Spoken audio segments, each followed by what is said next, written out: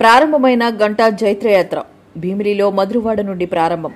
విశాఖ మధురవాడ మిథిలాపురం ఉడా colony నుండి మానవ ఆంజనేయ నగర్ కాలనీలో గల శ్రీ బాలా త్రిపుర సుందరి కామేశ్వరి ఆలయానికి సోమవారం ఉదయం ఉమ్మడి కూటమి నాయకులు కార్యకర్తలు 1000 బైకులతో ర్యాలీగా బయలుదేరారు. ఆలయంలో అర్చన పూజా కార్యక్రమాలు గావించి పూజారుల ఆశీర్వాదం తీసుకుని అభిమానులు జేజేలు పలుకుతుండగా గంటా ప్రచార రథం నెక్కి ఆర్టీసీ కాలనీ మీదుగా మధురవాడ వార్డులో ప్రచారం చేపట్టారు. అడుగడుగునా ప్రజలు గంటాకు బ్రహ్మరథం పట్టారు. దారి పొడుగునా పుష్పజల్లులు కురిపించి తమ ఆదరాభిమానాన్ని చాటారు. ఉమ్మడి కూటమి అభ్యర్థిగా తనను సైకిల్ గుర్తుపై ఓటేసి అత్యధిక మెజారిటీతో గెలిపించాలని ప్రజల్లో కోరారు. ఈ ప్రచారంలో జనసేన నియోజకవర్గం కన్వీనర్ డాక్టర్ పంచకర్ల కూడా ప్రచారంలో పాల్గొన్నారు. స్థానిక మీడియాతో గంటా మాట్లాడుతూ, నేను నా రాజకీయ జీవితంలో ఎప్పుడూ వ్యక్తిగత విమర్శలు చేయలేదు, అలా చేసేవారి నైతికతకే వదిలేస్తున్నాను అన్నారు. సీఎం జగన్పై రాళ్లదాడి మాట్లాడుతూ, ముఖ్యమంత్రి ప్రచారంలో పలుమార్లు కరెంటు పోవడం ఏమిటి, లైవ్ కవరేజ్ కరెక్ట్గా అక్కడే ఆగిపోవడం ఏంటి, ఇటువంటి డ్రామాల వల్ల ఒరిగేది ఏంటి, దీన్ని మేము ఖండించాం. 5 ఏళ్ల క్రితం కూడా ఇదే విధంగా కత్తికొడి డ్రామా ఆడి ఒక కుర్రాడి భవిష్యత్తు జైలు పాలు చేశారని అన్నారు. ఈ కార్యక్రమంలో డీజేలు, తీన్మార్ డబ్బులు, కేరళ వాయిద్యాలు, సాంప్రదాయ నృత్యాలతో అట్టహాసంగా నిర్వహించారు. ఈ ర్యాలీకి నియోజకవర్గ టీడీపీ, జనసేన, బీజేపీ నాయకులు, కార్యకర్తలు పెద్ద ఎత్తున ఉత్సాహంగా తరలివచ్చారు. ముందుగా నమస్కారం.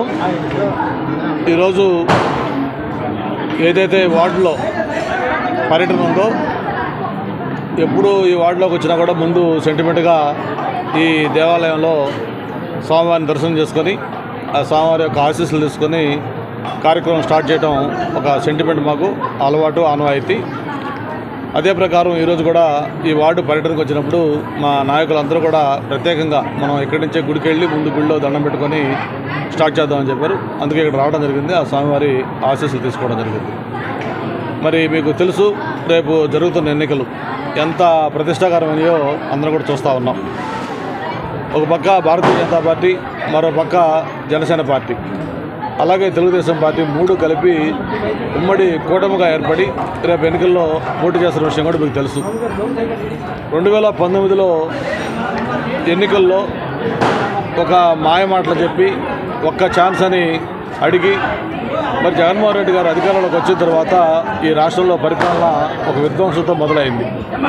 ఆ రోజు నుంచి ఈ రోజు దాకా కూడా రాష్ట్రంలో ఒక్కటంటే ఒక అభివృద్ధి కార్యక్రమం లేదు, ఒక కొత్త ఉద్యోగం లేదు, ఎక్కడా డెవలప్మెంట్ అనేది ఆనవాళ్ళు లేకుండా మరి రాష్ట్రాన్ని ఒక అధోగతి పాలు చేసిన నేపథ్యంలో మళ్ళీ రేపు ఎన్నికల్లో ఇంకో ఛాన్స్ నాకు ఇవ్వండి, నేను ఇంకా మిగిలిన కార్యక్రమాలు చేస్తానని చెప్పిన ఆయన ఒక బోటకు ప్రచారం కూడా చేస్తూ ఉన్నాడు. అంతేకాకుండా జగన్మోహన్ రెడ్డి గారు రాకపోతే ఈ రాష్ట్రంలో జరుగుతున్న సంక్షేమ కార్యక్రమాలు అన్నీ ఆగిపోతాయని చెప్పి కూడా ప్రచారం చేస్తూ ఉన్నారు. అయితే నేను ఒకటే మీ ద్వారా ఆంధ్ర ప్రజలకు తెలియజేస్తూ ఉన్నాం, సంక్షేమ కార్యక్రమాలు జగన్మోహన్ రెడ్డి ఎప్పుడు ఆరంభించాల. గతంలో అన్న ఎన్టీఆర్ గారు తెలుగుదేశం పార్టీ స్థాపించినప్పుడు ఈ సంక్షేమ కార్యక్రమాలకి ముందు దేశంలోనే మొట్టమొదటిసారిగా ఆంధ్రప్రదేశ్లో శ్రీకారం చుట్టి నాంది పలికి మొట్టమొదటిగా ప్రారంభించింది అన్న స్వర్గీయ ఎన్టీ రామారావు గారు. మరి ఆ రోజు పార్టీ స్థాపించిన 9 నెలలకే కాంగ్రెస్ పార్టీని పోగొట్టి వెళ్తూ సహా పెగలించి అధికారంలోకి వచ్చిన తర్వాత సమాజమే దేవాలయం, ప్రతి పేదవాడు కూడా దేవుడు, అటువంటి పేదవాడు తినడానికి తిండి ఉండాలి, కట్టుకోవడానికి బట్ట కావాలి, ఉండడానికి ఇల్లు కావాలని ఒక సామాజిక విప్లవాత్మకమైన భావాలతోటి ఆయన ఆ రోజు పరిపాలన మొదలుపెట్టడం. మరి ఈరోజు దేశం మొత్తం కూడా చెప్పుకునే ₹2 కిలో బియ్యం పథకం మొట్టమొదటిసారిగా అన్న ఎన్టీఆర్ గారే స్టార్ట్ చేశారు. అలాగే ఈరోజు హౌసింగ్, అది ఆ రోజు అన్న ఎన్టీఆర్ గారు పిరుగుట్టిలతోటి ఆ రోజు ఆయన మొదలుపెట్టారు. ఈరోజు ఎంతో ఘనంగా చెప్పుకునే పెన్షన్ కార్యక్రమం, అది ఆ రోజు అన్న ఎన్టీఆర్ గారు స్టార్ట్ చేసింది. ₹25 ఆ రోజు పెన్షన్ ఇచ్చారు. ఇలా చెప్పుకుంటూ పోతే సంక్షేమ కార్యక్రమాలకు ఆద్యం, దానికి అసలు నాంది, దానికి శ్రీకారం చుట్టింది తెలుగుదేశం పార్టీ. అందుకే మేము ఒకటే చేస్తూ ఉన్నాం, ఏదైతే జగన్మోహన్ రెడ్డి గారు చేస్తున్నారో ఒక దుష్ప్రచారం, దాన్ని ఎవరు కూడా నమ్మొద్దు. ఇప్పుడున్న సంక్షేమ కార్యక్రమాలు ఇంతకంటే ఇంకా బెటర్గా, ఇంతకంటే ఇంకా ఎక్కువ మందికి మెరుగ్గా వచ్చే విధంగా చేయడమే తెలుగుదేశం పార్టీ యొక్క లక్ష్యం. అందుకే ఈరోజు జగన్మోహన్ రెడ్డి గారు చెప్పే మాటలు నమ్మకుండా ఉండాలనే ఉద్దేశంతో ఓ పక్క చంద్రబాబు నాయుడు గారు, మరో పక్క పవన్ కళ్యాణ్ గారు ఇద్దరు వాళ్ళ సంతకాలతోటి ఒక బాండ్ పేపర్ కూడా ఇంటికి ఇస్తూ ఉన్నాం. రేపు ప్రభుత్వం అధికారంలోకి వచ్చిన తర్వాత ఈరోజు వాళ్ళు ఏదైతే కార్యక్రమాలు చేస్తున్నారో, అమ్మఒడి కావచ్చు, లేకపోతే పెన్షన్ కావచ్చు, ఇటువంటివన్నీ కూడా వాటికంటే బెటర్గా ఎలా ఇస్తామో కూడా ఈరోజు స్పష్టంగా వాళ్ళు ఒక బాండ్ పేపర్ మీద సూపర్ 6 పేరుతోటి అవన్నీ కార్యక్రమాలు చెప్తూ ఇంటింటికి తిరిగి ఇవ్వడం జరుగుతూ ఉంది. ఈ రాష్ట్రంలో 2014-19 కొత్తగా ఏర్పడిన రాష్ట్రంలో అభివృద్ధి అనేది వరదలై పరిగెత్తింది. ఈ ప్రాంతం చూసాం మనం. ఇప్పుడు ఈ వార్డులో చూస్తుంటే ఎక్కడ చూసినా సిమెంట్ రోడ్లు, కాలువలు, కమ్యూనిటీ హాల్స్, స్కూల్ గదులు, ఇట్లా ఎక్కడ కావాలంటే ఏ అభివృద్ధి కావాలంటే అభివృద్ధి చేసుకుంటే ఈ 5 సంవత్సరాలు 19 నుంచి 24 దాకా ఒక్కటంటే ఒక అభివృద్ధి కార్యక్రమం లేదు.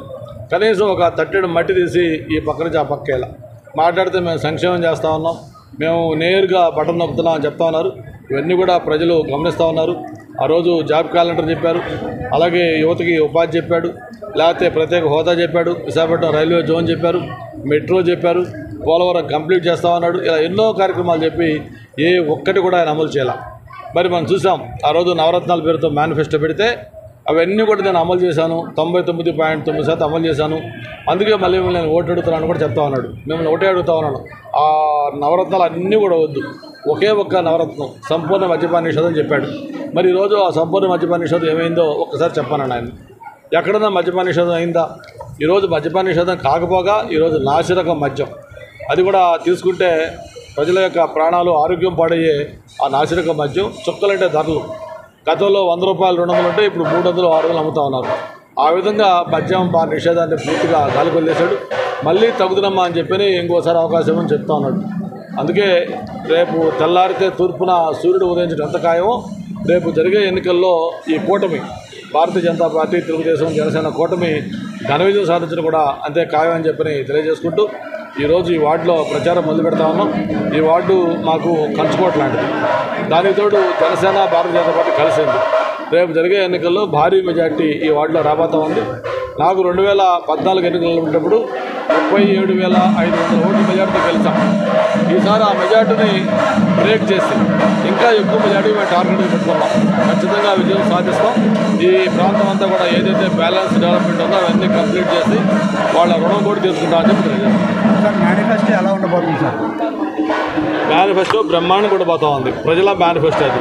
ప్రజలు ఏం కోరుకుంటారో అవన్నీ కూడా మేనిఫెస్టో పెట్టబోతా ఉన్నాం. ఇప్పటికే మేము సూపర్ 6 పేరుతోటి అటు మహిళలు కావచ్చు, యువత కావచ్చు, రైతాంగం కావచ్చు, బీసీలు కావచ్చు, అందరికి కూడా కవర్ అయ్యే విధంగా ఈరోజు 3 సిలిండర్లు ఉచితంగా దగ్గర నుంచి, బస్సులో ఉచిత ప్రయాణం దగ్గర నుంచి, పెన్షన్ 4,000 రూపాయల దగ్గర నుంచి, అమ్మఒడి ఎంతమంది ఉన్నా అంతమందికి పిల్లలకి ఇచ్చేటట్టుగా, అలాగే రైతులకి రుణమాఫీ దగ్గర నుంచి అలా ఎన్నో రకాల అంశాలతోటి పెట్టాం. త్వరలోనే ఇంకా మిగతా అంశాల మీద కూడా కలిపి ఒక అఫిషియల్గా మేనిఫెస్టో కూడా ఒక బ్రహ్మాండమైంది, గతంలో ఎవ్వరూ ప్రకటించని ఒక ప్రత్యేకమైన ఐట్లతోటి మేనిఫెస్టో రాబోతాం. సార్, గంటకు ఓటమి రుచి చూపిస్తారంటున్నారు. చూద్దాం. ఇది ఇప్పుడు నాకంటూ ఒక స్టైల్ ఉంది, నాకంటూ ఒక పద్ధతి ఉంది. ఇది నాకు 6వ ఎలక్షన్. ఏ ఎలక్షన్లో కూడా నేను ఎప్పుడు ఎవరిని వ్యక్తిగతంగా మాట్లాడను. ఒకవేళ అవతల వాళ్ళు మాట్లాడినా అది వాళ్ళ ఇంటికి వదిలేస్తాను. నేను చెప్పేది ఒకటే, ఆ ప్రభుత్వం ఏం చేసింది, ఇప్పుడు ప్రభుత్వం ఏం చేసింది, రేపు భవిష్యత్తులో మేము ఏం చేస్తాం. మాకంటూ ఒక పాలసీ పెట్టుకుని ఆ పాలసీ ప్రకారం వెళ్తాం తప్ప వ్యక్తిగత విమర్శలకి లేకపోతే రెచ్చగొట్టే మాటలకి అన్నిటికీ నేను దూరం. అది అటువంటి ప్రయత్నాలు ఎవరైనా చేసినా అది వాళ్ళ ఇంటికి వదిలేస్తున్నాను తప్ప వాటికి నేను రెస్పాండ్ కాను. నా స్టైల్ నాకు నేను ప్రచారం. ఇది అందరికీ తెలుసు. 2019లో కూడా ఇలాంటి సంఘటన మనకు జరిగింది, కోడికత్తి. మరి నేను సాయంత్రం తగరపాసలో చెప్తా ఉంటే నిన్న విజయవాడలో రాయితో దాడి చూస్తే మీకు 2019లో ఏం గుర్తొస్తుందంటే కిందన్న పబ్లిక్ మొత్తం 1000 మంది కూడా ఒక్కసారి కోడికత్తి అంటున్నారు. అంటే పబ్లిక్ మొత్తానికి తెలుసు కరెక్ట్గా ఎలక్షన్ వచ్చినప్పుడు ఇటువంటి జరుగుతూ ఉంటాయి. ఎవరైనా చిన్న గులకరాయితో చంపేయాలి, హత్యాప్రయత్నం చేస్తారని చెప్పి జగన్మోహన్ రెడ్డి గారు ముఖ్యమంత్రి చెప్తా ఉంటే ఇంకా అంతకంటే శోచనీయం ఏముంటుంది. ముఖ్యమంత్రి ఆయన వస్తూ ఉంటే లైట్లు ఎందుకు ఆపేస్తారు, దానికి సెక్యూరిటీ ఉంటుంది, లైట్లన్నీ చూసుకోవాలి అన్నీ. మరి ఎందుకు లైట్లు ఆగిపోయారు? కరెక్ట్గా ఆ టైంలో ఎందుకు లైవ్ కవరేజ్ ఆగిపోయింది? కరెక్ట్గా వైయాకారంలో ఆ రాయి తగిలి అక్కడే ఎందుకు అయింది? దాని మీద హత్యాప్రయత్నం ఏంటి? మేము కూడా ఎంక్వైరీ చేయమంటున్నాం, మేము కూడా ఖండించాం. బట్ ఇటువంటి డ్రామాల వల్ల జరిగేది ఏంటి? ప్రజలు ఇవన్నీ గమనిస్తూ ఉన్నారు. ఆ రోజు కోడికత్తి కేసు ఏమైంది? ఇప్పుడు దాకా 5 ఏళ్ళు దాటిపోయింది. ఇంతవరకు పాపం వాడు జీవితం బంగారు లాంటి జీవితం, ఎవరో సీనోడు పేరేదో వాడిని ఫిక్స్ చేస్తే వాడు జైల్లో మగ్గి చివరికి కోర్టు చూపేదో బయటకు వస్తున్నారు. స్టార్ట్ చేయొచ్చా? ఎన్డీఏ కూటమి అభ్యర్థి జనసేన పార్టీ, టీడీపీ పార్టీ మరియు బీజేపీ పార్టీ బలపరిచిన భీమిలి నియోజకవర్గ అభ్యర్థిగా ఉన్న శ్రీ గంటా శ్రీనివాసరావు పవన్ కళ్యాణ్ గారి ఆదేశాల మేరకు జనసేన పార్టీ తరఫున ఆయన ప్రచారంలో పాల్గొనే ప్రతి వార్డులో, ప్రతి గ్రామంలో, ప్రతి మండలంలో కూడా జనసేన పార్టీ తరఫున మేము ఆ ప్రచార కార్యక్రమంలో పాల్గొని ప్రజల వద్దకు ఎందుకు వైసీపీ పార్టీని ఓడించాలి, ఎందుకు కూటమి గెలవాలనే విషయాన్ని చాలా సుస్పష్టంగా మేము తీసుకెళ్ళడం జరుగుతుంది. భీమిలి నియోజకవర్గంలో మాకు గతంలో 2019లో పోటీ చేసినప్పటికీ దాదాపు 25,000 ఓటింగ్ ఆ రోజు ప్రజలు మమ్మల్ని నమ్మి మాకు ఓటు వేశారు. ఆ రోజు నుంచి నేటి వరకు కూడా 5 సంవత్సరాలుగా ఓడిపోయినప్పటికీ కూడా మేము ప్రజల మధ్య ఉన్నాం.